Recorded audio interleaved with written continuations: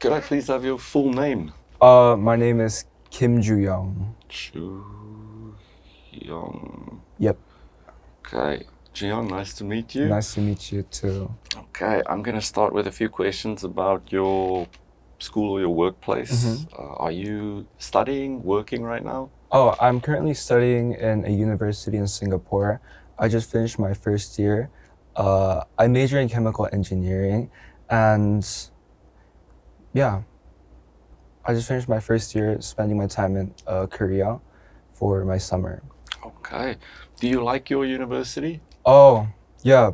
First of all, I study in NUS. It's it's the largest university in Singapore, and the campus-wise, it's super large. It's a public university, and it's an open campus, so you get to see a lot of visitors, and there are a lot of facilities and amenities, a lot of dormitories. So if you're living in campus, you get to meet a lot of your friends, and on top of that, the food there is really good. Okay. Yeah.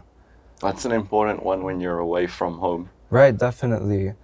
So there's a food court everywhere for each faculties, and they have from Chinese, Korean, Western, sometimes Japanese, and vegetarian, everything. They have everything prepared. I want to go there. Pay a visit.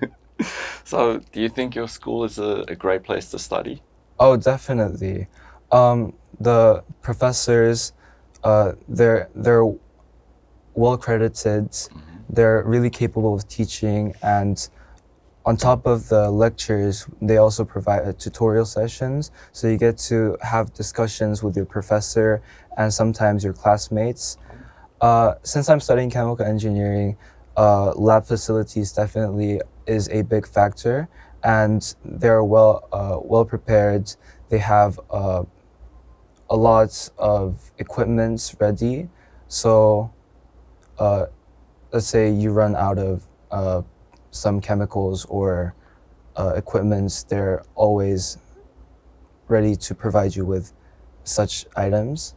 And yeah, Singapore, it's a really academically competitive country. So just like Korea. Sorry. Yeah. So the competition is really tense, I would say. So my peers, they're really smart and intelligent. So if I need any help, I do not necessarily need to go to the professor or my tutors to ask. I just can ask my peers and friends. That's really cool. Talking about like competitiveness in studies, all those things, how important do you think is interest in what you study? Having interest in what I study is definitely like the biggest factor, because let's say you study computer science or medicine, which is an academically rigorous course. Even if you graduate with a good grade or degree, if you don't have an interest in what you study and what you do in the future, and you're just doing it for the paycheck, I definitely think you would burn out, get exhausted at the end of the day. And yes, having interest in what I study is definitely a big factor. So for me, I really like physics and chemistry. So studying chemical engineering, although I just finished my first year, I find it really interesting. And sometimes I look into research papers so that I gain more interest, talk to my peers and professors to kind of share insights. Yep. Is there any subject in your set of, in your field of study, or to complete your course, you've got a range of subjects.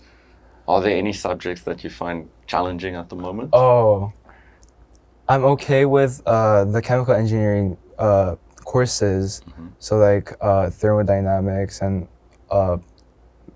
linear algebra and all those engineering courses, but I really find it hard. There was one course I took, it's called project management. I had no idea what I was doing, and it was really frustrating for me because I just finished high school at that time, and my communication skills was not as good. And since project management, they assign you with a team and you have to communicate with your teammates and group mates a lot. And I really struggle with that part. Okay, yeah. I'll just cut you off there. Sorry to be rude. No worries, no worries. Okay, your part 2 question is going to be describe an ideal and perfect place where you would like to stay, like a house or an apartment. Okay, you may start. All right. So an ideal and perfect place I would like to stay in the future is a small apartment in Switzerland, Bern, which is a country I visited for my graduation trip last year. Mainly because, okay, so the scenery of my neighborhood and my house would be, since it's a small apartment, I just want it to be cozy and compact, minimal, and the streets, it would be filled with pedestrians and cyclists, because cycling is a really fundamental part of my life. Even in Singapore, even in Korea, when I try to go somewhere or navigate, I always take my cycle along with me. So I wish my future destination is surrounded with cyclists, which is in Switzerland. And special features it would have is, even though I cycle, ever since I was a child, I really wanted a garage of my own. Movies like Big Hero or some stories regarding like startups, they always started in their own garage, right? And I don't know, I think having a garage will provide me with a bit of not only privacy, but also some sort of creativity, because it's a really special facility to have in your house, right? And yeah, I said is likely to be small because Switzerland, unless I make a lot of money, it's going to be small. And yeah, do I have to? Okay, we can call it there. Just a question out of curiosity, what would you like to make in your garage? Oh, yeah. So since it's a small apartment, and I'm a really big Lego enthusiast. Okay. So even I wouldn't have a dedicated Lego room in my apartment, but I want it to be a part of the garage. I think your wife would be very happy with it being in the garage. Yeah, keep it out of the household. Keep it in the garage. Okay, yeah. Let's move on to the part 3 questions. What do you think buildings are going to be like in the future? Because I live in Singapore, there are a lot of modern architecture. So although there are some debates regarding, vertical plant, what is it? For building. Vertical farming? Yeah, vertical farming. In Singapore, there are a lot of skyscrapers with greeneries attached along their walls. And although there are some debates whether it being sustainable or not, I think in the future, architectures and skyscrapers, they definitely need to consider a lot of sustainability. So yeah, a lot of greeneries I would expect in the future. Okay. Why do some people choose to live in a city center? City center. Mainly, first of all, city centers, it's really accessible to everywhere. So let's say you're living in the north or in the extreme ends of a country, it's really hard to reach the other side, the opposite end. However, if you're living in city center, which is likely to be really accessible, such as public transport and also highways and everything, it's a lot of locations within the country I expect it to be very accessible. And on top of that, a lot of amenities, like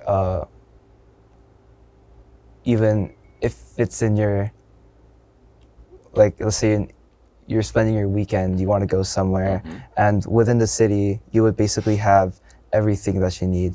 Let's say a mall or culture, historical monuments, museums, restaurants. They're all prepared and located within the city center, so you don't have to move a long distance. So having the opportunity, living in city center is basically all about the short distance that you have to travel to different places. Okay. Do you think people have different preferences for houses and apartments, and what would people consider when they choose between them? Sorry, could you repeat, please? So people have different preferences between houses and apartments. What do people think about when they have to choose between those? Like, do I get a house? Do I get an apartment? Like, what goes into that? Like house, like villas. Yeah, like a detached house. Oh, okay. For me, I would definitely consider having to, because houses, villas, detached houses, they require a lot of maintenance, right? So if something goes wrong, you either have to call like a technician, or you have to fix on your own, which is mostly the case. And for me, I'm not a really handy man regarding those, so I would definitely prefer. I would prefer to live in an apartment. And also, if most of the detached house, I assume them to be away from the city center, so they're quite exposed to the nature. So sometimes bugs, pests, rats. I mean, city center as well, but most of the time, in detached houses, I expect them to be there. And some people, they're really scared and terrified when they encounter one. So that's a big factor. And also, detached house, it's more like you have your own space. An apartment, you're sharing the whole building, and you have to meet everyone, your neighbors, when you're taking the elevator. And for some people, they consider privacy as a priority. They prioritize privacy, so they want their own backyard. They want their own house, their own building. So that's also another big factor. Okay, I'm gonna call it right here. Good news. You speak really well. Oh, thank you. I tried my best to find as many mistakes as I could, but I couldn't find too many of them. No worries. No, that's a good thing. I'm not supposed to find them. A few, and I'm like really nitpicking some issues here. Yeah.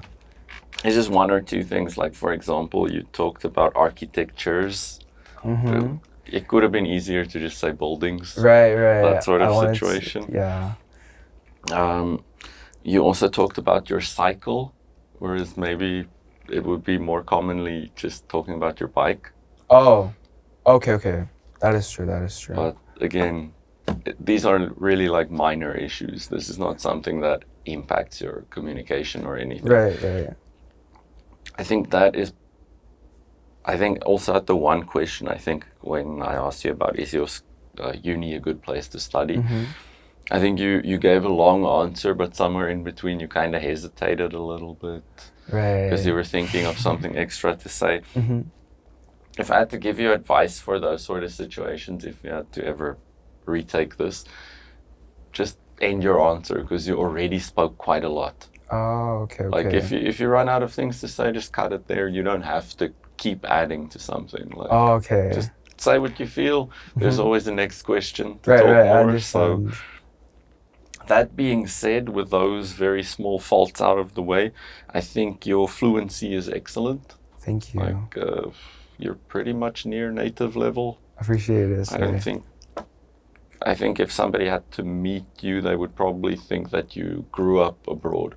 Oh. I would put you in that category. Oh, thank you. Your vocabulary is excellent. There were a lot of great words that you used, like really native sounding words. Like you talked about your professors having great accreditation, I think you said. Right. You talked about the course being really rigorous.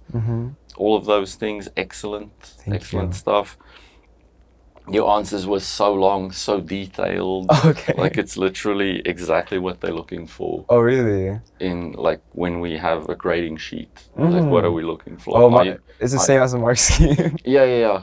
It's Okay. basically like, okay, able to produce long answers without any effort. Okay, just tick, tick, tick. Oh, okay. So I would definitely give you, even with the little mistakes, even the fact that you didn't come prepared for this test, Right. 8 Wow. and 8 score. It's an out of 9, right? Yeah. The scale. I would say like if the guy is, I don't even think a strict examiner would give you 7.5. I would say strictest scenario probably an 8. It was really Wow. really well done. Thank you, sir. I can't really offer you like lots of tips about what you can improve on. I think the people can just look at this as an example of this is how to answer really well. So Thank you, sir. thank you very much. No worries.